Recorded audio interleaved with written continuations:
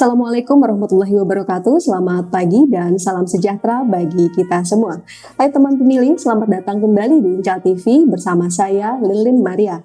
Pada kesempatan kali ini, KPU Kota Bogor dikunjungi oleh salah satu komisioner KPU Provinsi Jawa Barat, yaitu Bapak Idam Holik. Selamat pagi Bapak Idam. Selamat pagi Teh. Bagaimana kabarnya hari ini Pak? Alhamdulillah baik, dalam kondisi yang fit. Oke, alhamdulillah baik, luar biasa. Jadi Bapak Dr. Idam Holik ini adalah Ketua Divisi Sosparmas atau Sosialisasi Partisipasi Masyarakat KPU Provinsi Jawa Barat. Kita akan berbincang dengan beliau mengenai konsep pendidikan pemilih berkelanjutan, tentunya bagi KPU Kabupaten Kota di Jawa Barat yang sedang tidak melaksanakan pemilihan kepala daerah. Dan pastinya kita juga akan menanyakan juga kepada beliau mengenai kegiatan yang dilaksanakan KPU pasca pemilu. Baik Bapak, dari 27 kabupaten kota yang ada di Jawa Barat, itu diantaranya sedang melaksanakan pemilihan kepala daerah. 8 daerah kabupaten kota. 8 daerah kabupaten kota. Oke, nah selebihnya itu apa Pak sebenarnya dilakukan oleh KPU Kabupaten Kota pasca pemilu ini? Pendidikan pemilih berkelanjutan itu merupakan kebijakan dari KPU Republik Indonesia. Jadi KPU se-Indonesia termasuk KPU yang ada di Jawa Barat, baik KPU Provinsi maupun KPU Kabupaten Kota yang 19 Kabupaten Kota ini wajib melakukan pendidikan pemilih berkelanjutan. Apa yang dimaksud dengan pendidikan pemilih berkelanjutan? Pendidikan pemilih berkelanjutan ini kita mengedukasi kepada pemilih tentang pengetahuan demokrasi elektoral. Karena pendidikan pemilih berkelanjutan ini merupakan bagian tak terpisah dari civic education, ya, pendidikan kewargaan. Karena kita sadar bahwa pendidikan pemilih ataupun sosialisasi yang dilakukan selama tahapan itu harus didukung dengan kegiatan pasca pemilu. Nah,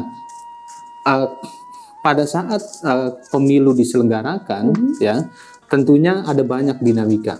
Ada banyak dinamika dalam perilaku pemilih. Nah, berangkat dari dinamika perilaku pemilih tersebut, di mana kelemahan atau kekurangan atau hal-hal yang sekiranya belum ideal, ya, itu yang harus di cover, ya, harus ditutupi oleh rekan-rekan KPU Kabupaten Kota. Misalnya dalam pemilihan itu ternyata masih ada pragmatisme politik misalnya. Nah, dalam konteks pendidikan pemilih berkelanjutan, bagaimana KPU Kabupaten Kota mengedukasi bahwa memilih itu bukan sesuatu yang sangat urgen dalam kehidupan bernegara ini, karena kita akan memilih para calon legislatif dan calon pemimpin.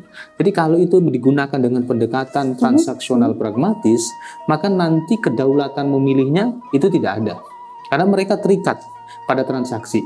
Nah, kita harus pahami bahwa esensi dari demokrasi ini adalah kedaulatan rakyat. Kapan rakyat akan berdaulat?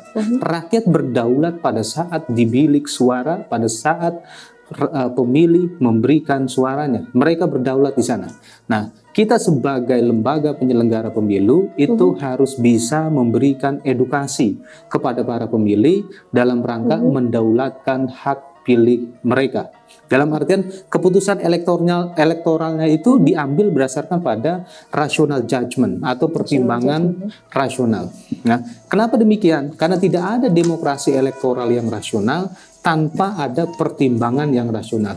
Kita sadar betul hari ini demokrasi elektoral itu sedang ada ancaman dari politik identitas, ada politik personalisasi, ya, dan bahkan ada politik pasca kebenaran atau yang kita kenal pada umumnya itu hoax. Nah, itu. Jadi hal yang demikian kita harus bisa berikan edukasi kepada masyarakat bahwa kalau kita tidak bisa memahami tentang hak konstitusional kita dalam memilih, maka nanti kedaulatan memilihnya tidak ada.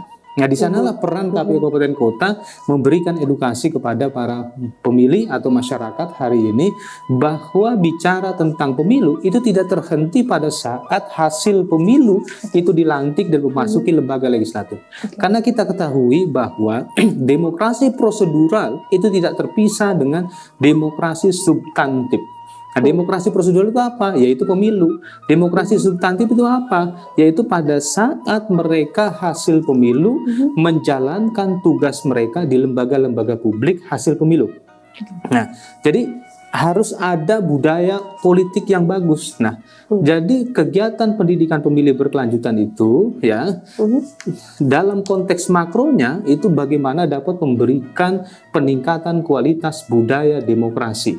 Seperti itu. Oke, bentuk pendidikan pemilih seperti apa Pak yang dilakukan terutama untuk menangani hoax seperti itu?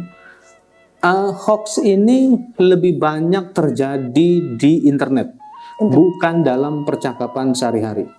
Dalam percakapan sehari-hari mungkin ada hoax ya, tapi tidak sehebat dan sedahsyat di internet, khususnya di media sosial. Nah, sehingga pendidikan pemilih untuk memberantas hoax ini kita harus bisa memberikan literasi media sosial ataupun literasi digital. Oleh karena itu kepada para komisioner dan rekan-rekan yang berada di KPU Kabupaten Kota, sebelum melakukan pendidikan pemilih kepada masyarakat, wajib dirinya meningkatkan kompetensi. Ya, wajib meningkatkan kompetensi terkait hal-hal yang demikian, misalnya terkait dengan bagaimana mengantisipasi hal tersebut. Jadi kita harus terus memperbaiki literasi kita, ya, karena memang kita pasca pemilu itu gerakannya adalah gerakan literasi. Ya, gerakan literasi. Sekarang bagaimana kita mau meningkatkan budaya literasi masyarakat kalau kita sendiri tidak mempeloporinya? Saya sangat yakin ya di Jawa Barat budaya literasi di kalangan komisioner dari tahun ke tahun, dari hari ke hari, dari pemilu ke pemilu itu semakin baik, dan salah satu contohnya adalah KPU Kota Bogor sering mengadakan kegiatan diskusi, webinar dan lain sebagainya. Itu salah satu bentuk aktualisasi dari budaya literasi. Karena demokrasi tidak akan berjalan dengan baik kalau tidak ada budaya literasi. Oke, berbicara mengenai literasi nih Pak, secara harfiah itu literasi kan artinya membaca Pak ya.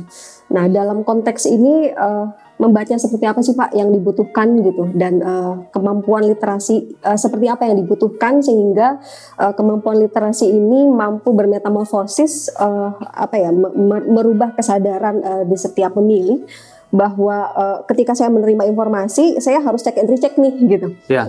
Seperti apa? Ya, literasi yang dimaksud itu pertama berkaitan dengan civic discourse, dengan wacana kewargaan. Wacana kewargaan. Wacana kewargaan. Terus yang selanjutnya itu berkaitan dengan konstitusi ataupun regulasi. Jadi dalam kegiatan sosialisasi dan pendidikan pemilih, rekan-rekan KPU harus bisa memberikan pengetahuan tentang bagaimana konstitusi kita. Konsep demokrasi dalam konstitusi kita, ya, karena kalau tanpa ada pengetahuan atau kesadaran tentang konstitusi, maka nanti akan berdampak pada perilaku pemilih. Ya, demokrasi ini merupakan amanah dari para pendiri bangsa, founding person. Karena Indonesia tidak akan bisa dikatakan Indonesia tanpa faktor de jure. Nah, faktor de jure itu apa? Yaitu konstitusi. Sejak kapan kita memiliki konstitusi? Sejak 18 Agustus 1945. Dalam pembukaan Undang-Undang Dasar alinea keempat, di sana tertulis secara eksplisit negara kesatuan Republik Indonesia didirikan berdasarkan kedaulatan rakyat. Frasa kedaulatan rakyat itu adalah esensi demokrasi. Kita harus berbangga sebagai warga negara Indonesia karena para pendiri bangsa kita telah merumuskan konsep demokrasi di saat negara-negara Eropa maupun negara-negara di Asia Selatan belum bicara tentang konsep demokrasi. Jadi konsep demokrasi ini merupakan amanah dari para pendiri bangsa yang dituangkan dalam konstitusi kita. Dan saat ini di bulan November dan beberapa hari yang lalu kita memperingati Hari Pahlawan. Jadi berdemokrasi itu sama dengan kita menjalankan amanah para pahlawan. Itu. Wacana kewargaan. Jadi mungkin konsepnya berkumpul dengan masyarakat sekitar, kemudian melakukan komunikasi atau seperti apa nih Pak? Civic discourse ini maksudnya kita dapat berdiskusi di ruang-ruang publik, baik ruang publik sifatnya konvensional maupun sifatnya digital. Nah, kita membicarakan tentang hak dan tanggung jawab kita. Dalam civic discourse tersebut, kita mendiskusikan tentang bagaimana seharusnya kita bernegara, bagaimana kita seharusnya berdemokrasi. Itu. Jadi ini berkaitan dengan hak dan kewajiban kita sebagai warga negara dan bagaimana kita dapat memberikan kontribusi terhadap demokrasi, khususnya dalam proses pematangan demokrasi. Kuncinya adalah persoalan kesadaran. Civic consciousness, kesadaran diri kita sebagai warga negara. Saya yakin setiap orang, setiap masyarakat, setiap pemilih, kalau dia sudah memiliki civic consciousness, kesadaran warga negara, maka dia akan memiliki memiliki semangat patriotik dan nasionalisme. Kenapa orang tidak mau memberikan suaranya di TPS atau yang kita sering sebut dengan golput? Padahal itu disebut dengan absensi, tidak hadir ke TPS. Kenapa? Karena yang bersangkutan tidak memiliki civic consciousness, kesadaran kewarganegaraan. Itu. Selama orang tidak memiliki kesadaran kewarganegaraan, dia akan memandang pemilu hal yang biasa. Padahal pemilu maupun pilkada adalah momen yang sangat menentukan periode pemerintahan atau pemerintahan daerah di masa yang akan datang. Ini kesempatan kita. Memilih itu adalah sangat menentukan. Tidak semua negara memberikan hak pilih kepada warga negaranya. Kita bersyukur sebagai warga negara Indonesia. Sebagai ekspresi rasa syukur, dan semua agama mengajarkan agar hambanya, agar umatnya itu dapat menjadi umat yang bersyukur. Nah, sebagai warga negara, ekspresi bersyukur kita pada saat pemilihan, kita menjadi pemilih yang aktif, pemilih yang rasional, dan pemilih yang menggunakan hak pilihnya di TPS. Itu. Bagaimana kalau berbicara mengenai masyarakat yang cenderung, ada sebagian masyarakat, tidak semua, yang tidak percaya terhadap penyelenggara pemilu itu sendiri, Pak?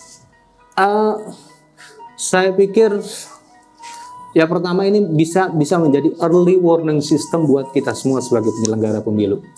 Ya, jadi sistem peringatan dini. Maksudnya apa? Kita lakukan evaluasi terhadap kinerja kita, terhadap integritas kita sebagai penyelenggara pemilu. Kalau sekiranya, dan saya sangat yakin rekan-rekan dapat mengimplementasikan semua regulasi dan kode etik yang berlaku sebagai penyelenggara pemilu. Kalau itu semua, dan saya yakin ini terpenuhi dengan baik, maka public trust akan muncul.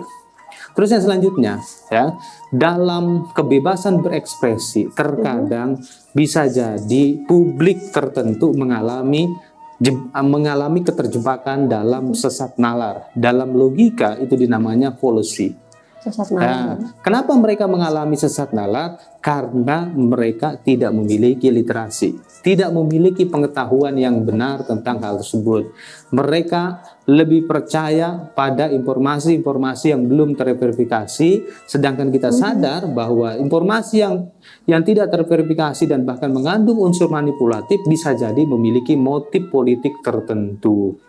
Nah, disinilah pentingnya kita memiliki literasi informasi. Kalau kita menerima informasi, kita harus cross-check ke lembaga-lembaga otoritatif atau kita melakukan pertanyaan atau diskusi kepada pihak-pihak yang berwenang. Jadi jangan mudah kita mempercayai informasi-informasi yang belum bisa dipertanggungjawabkan. Ya, inilah hal yang demikian harus kita respon.